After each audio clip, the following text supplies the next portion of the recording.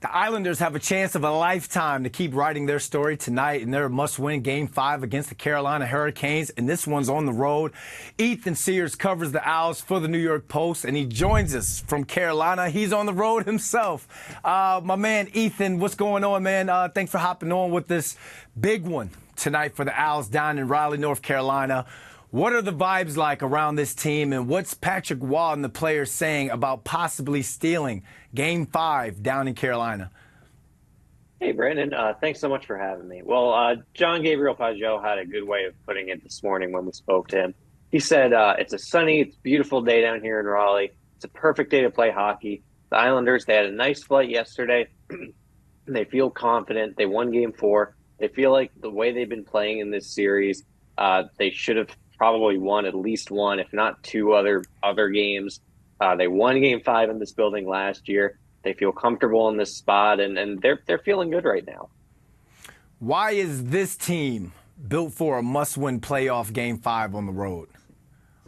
Well, this group has tended to do well when its back has been against the wall. Just look at what it took for them to get into the playoffs. They needed to win pretty much every game in April, and that's exactly what they did. They went 8-0-1. They made the playoffs on the second to last game of the season. They've been able to find that sort of extra gear when it's do or die, and obviously Game 4, an example of that as well. Like double overtime, sudden death, need to score to save the season, and Matt Barzal came up with the game winner. So the Islanders, they've been in these situations before. It's nothing new for them. This is just they're fighting for their season again, and they do know how to do that.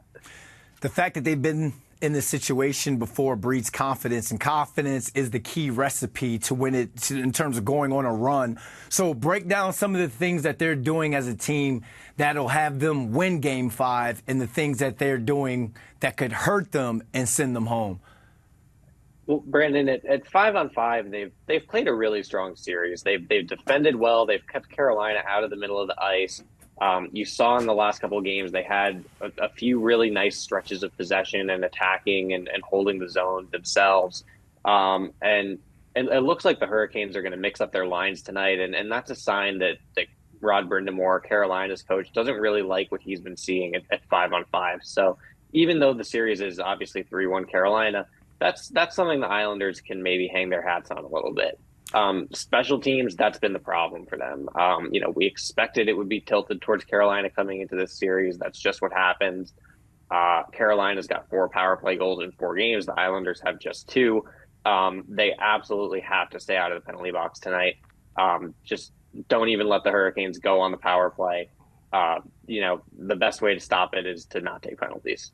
Which goalie is going to be in net tonight? And the one that is, does he have the most confidence from his teammates? It's going to be Semyon Varlamov tonight. My expectation is that it'll be Semyon Varlamov for the rest of the playoffs. However, whether that's just tonight or whether it's more than that, it's just hard to go back to Ilya Sorokin after he got pulled from Game 3. Longer term, they still have a lot of faith in him. But it seems like some of the issues that have been happening, maybe he's going to need the summer to fix. So Varlamov is the guy. The Islanders are more than happy with how he's been playing. He's been probably their best player in this series. Was excellent in Game 4. Had I think it was 42 saves, and they just like how calm he is in net. They like that the puck just kind of bounces off him. He's always square to the shot. He's got great rebound control. And they're really confident, with him in there. I want to get your thoughts on this one. How do you think the Carolina Hurricanes feel right now? You think that there's pressure on this squad to put this series away tonight and not head back to the island?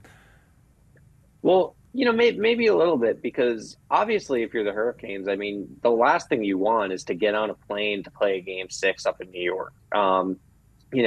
Like I said, they haven't really been at their best this series, and they also know, the winner of the series is going to play the Rangers.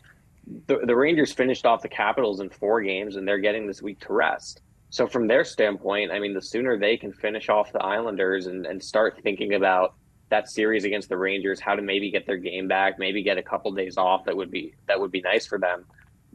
That's all the better, especially because whoever wins this series is going to have to start the second round at Madison Square Garden. And if you're going back to Long Island at 3-2 and you haven't really played a great 5 games, then all of a sudden the possibility of, of blowing at that 3-0 lead is going to be hanging over your head a little bit. So, maybe there is a little bit of pressure to get this done tonight from their end and to move on and put this series behind them. Real quick, you were down in Carolina for games 1 and 2. I'm watching from home. You're in the arena tonight. What's that crowd going to be like? Like, explain to us that environment. It's honestly, it's one of the better environments I've ever been in. It's everyone's on their feet, everyone's loud. It's just ear splitting, deafening.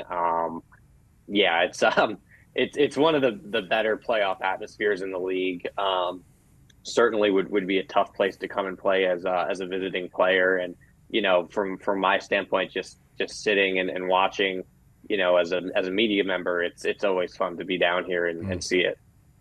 Love it. No hockey like playoff hockey. Ethan Sears, man, thanks for hopping on with us. You bet. Thanks so much for having me, Brandon.